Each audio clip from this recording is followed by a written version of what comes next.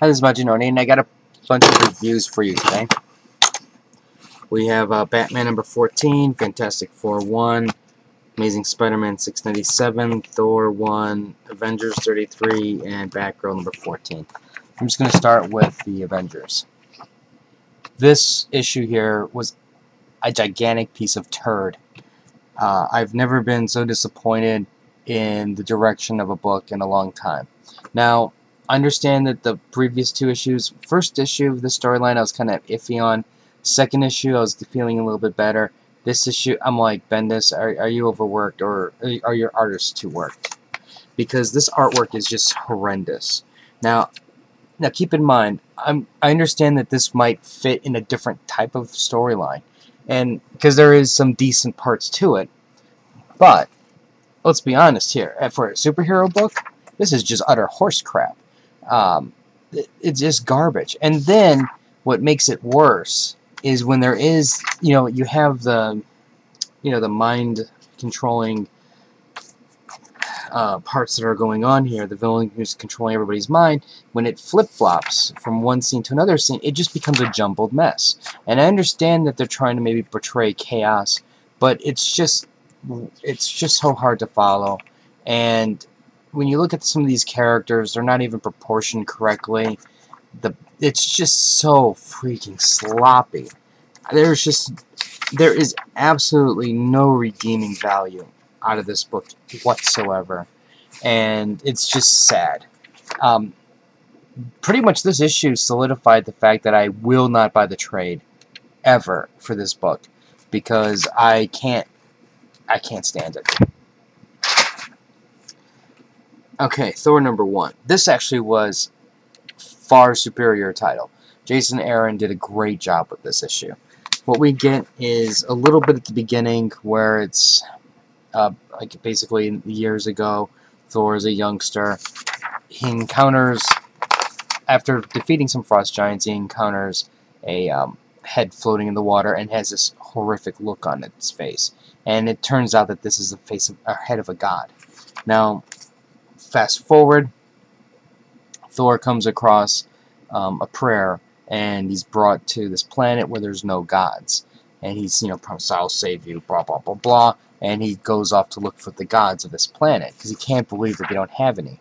Well, he discovers in their complex, basically, or maybe not complex, let's say, their realm, all of their gods are dead. And they basically have very similar characteristics of that floating head.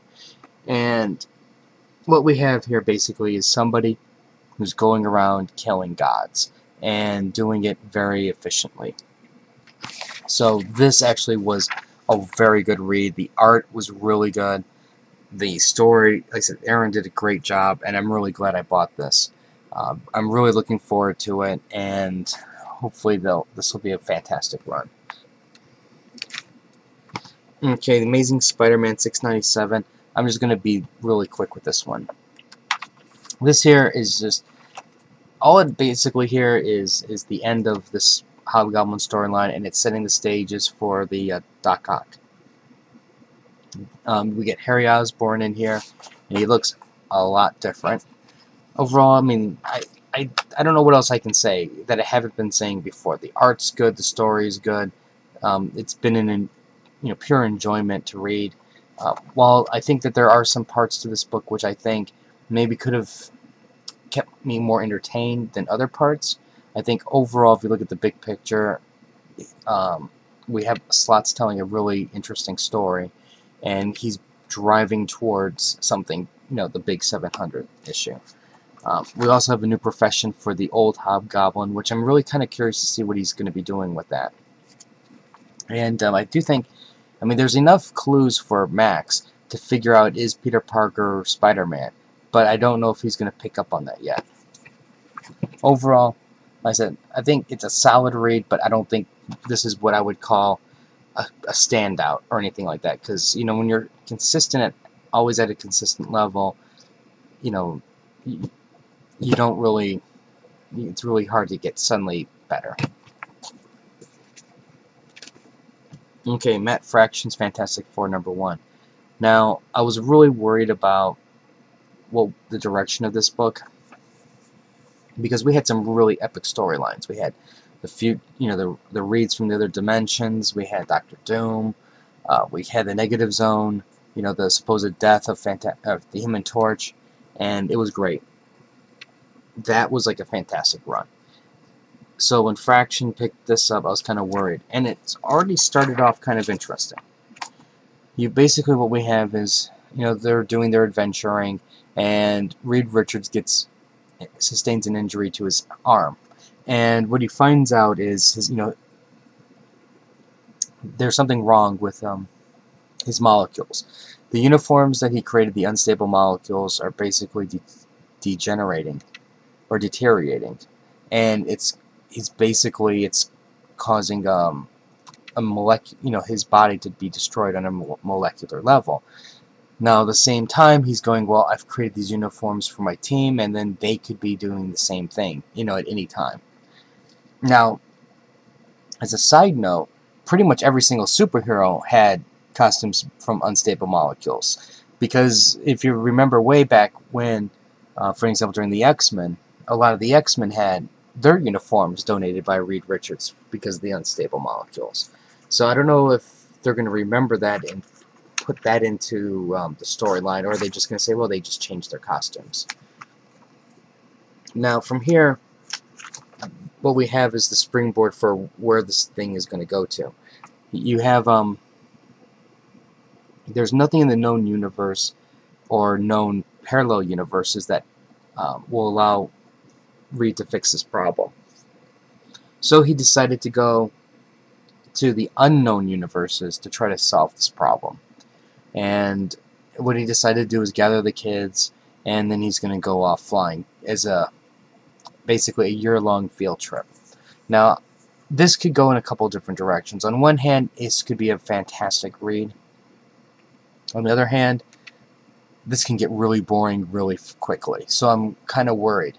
I did think that this issue was really entertaining, though. There's some funny moments between Ben Grimm and the Yancey Street Gang in YouTube.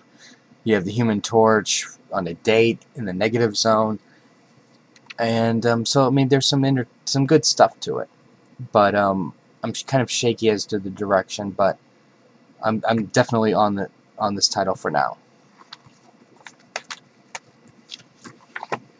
Okay, Batman: Death in the Family. This was a very, very strong book. Everything from the art to the story is good. The dialogue between Gordon and Batman, Batman in general, the way he's talking, like in code to Nightwing, to try to distance himself from basically Alfred being kidnapped, and this was just fantastic. I cannot recommend this enough because it was just so good. The series so far is good. Now, I don't know how well all of these are going to pan out, but I think so far, if you just stick with the core Batman title, it's great. What we have is the Joker is basically going around to various places where the Batman and Joker have had interactions during their early adventures, and he's doing shenanigans. Now, the thing about this book is he's attacking the Bat family, and this is a spoiler alert, so if you don't want the spoiled, just stop, and then I'm okay with that. You can come back later. But anyways, the Joker flat out comes out and tells Batman, I know who you are, and I know who everybody is in your Bat family, and you're all gonna pay, type thing.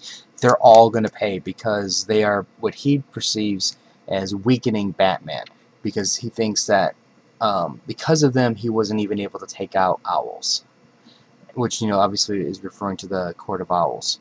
Now, the Joker, Capullo did a fantastic job with the Joker's artwork. The way his face looks, it's just jacked up, scary looking. And, like, if you compared this Joker to this Joker, it's night and day. And it's a shame because this is, you read this and you're like, wow, and you read this and it's a little not as wow. But definitely this is a good, very good, strong title. And at the end we get a little story between Penguin and the Joker, and I guess I'll just call it an early bonding session between the two. But this was also a pretty good read, and again, the Joker just looks fantastic. I was worried about Joker's new look when they cut off his face skin, but this is probably one of the best moves that they've done with this title. If you're not buying it, get the second printing and start reading it. No excuses. Now, the Batgirl one, there's a couple twists and turns in this one. You know, from the death of the family, you had a clear direction of where this is going to go, but there's a big major, there's two swerves, I guess you can say, in this issue. And this is definitely basically Joker's interaction with Barbara and Batgirl. Now, Barbara's mom is kidnapped by the Joker, and she basically has to go save her. And Joker, kind of like, I don't want to spoil too much, but I will say this. There was a recreation of the fateful night where she got shot. And from there, Batgirl has to go save her mom. It's a good read, but it's not as good as, I don't think, the Batman. Now, I know I was dissing on the artwork for the Joker about a minute ago, and I mean, like I said, I don't think it's as strong. Well, this panel here, it's great. And there's some other couple standouts that are good, but I think with where I'm at with this is it looks like basically somebody's face with the Joker's mask versus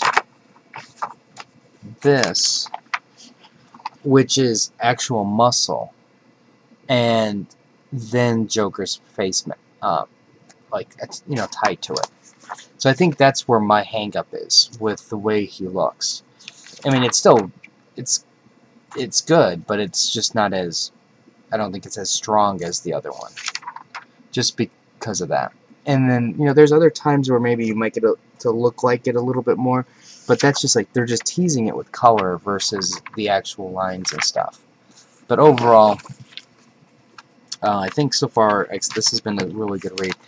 I won't quite spoil what the Joker is after, even though you might have just seen it by accident. But we'll see how this turns out. So overall, I think, I still have some more books to read, but at least out of the major ones, we definitely have some home runs, and there's a dud. So let's give you guys a free book. Since I really, really like Thor, I'll give you Thor.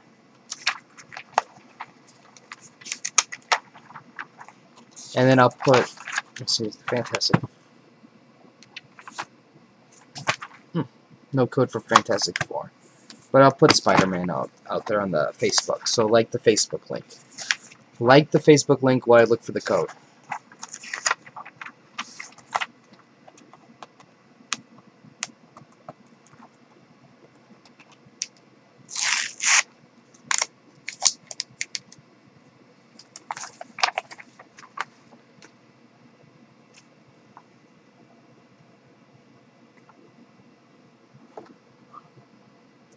Anyways, if you have any other comments or questions, let me know. Rate the video up or down, let me know what you think. I'm really curious to know what you guys think of these two issues here. Which do you guys think is the stronger of the two, Thor or Fantastic Four? My vote is Thor, definitely Thor. And also, based on this first issue, what do you guys think of the direction of Fraction versus Hickman? So, let me know in the comments below. If you have any other comments or questions, feel free to type that out. And I'll try to put out some more reviews later. I do have a Nausicaa box set coming in, but I'm surprised it's not already here, and it's pissing me off. But I can say this: the box is really kind of big, so I'm really excited to see it. So, anyways, I'll have more reviews later. So until next time.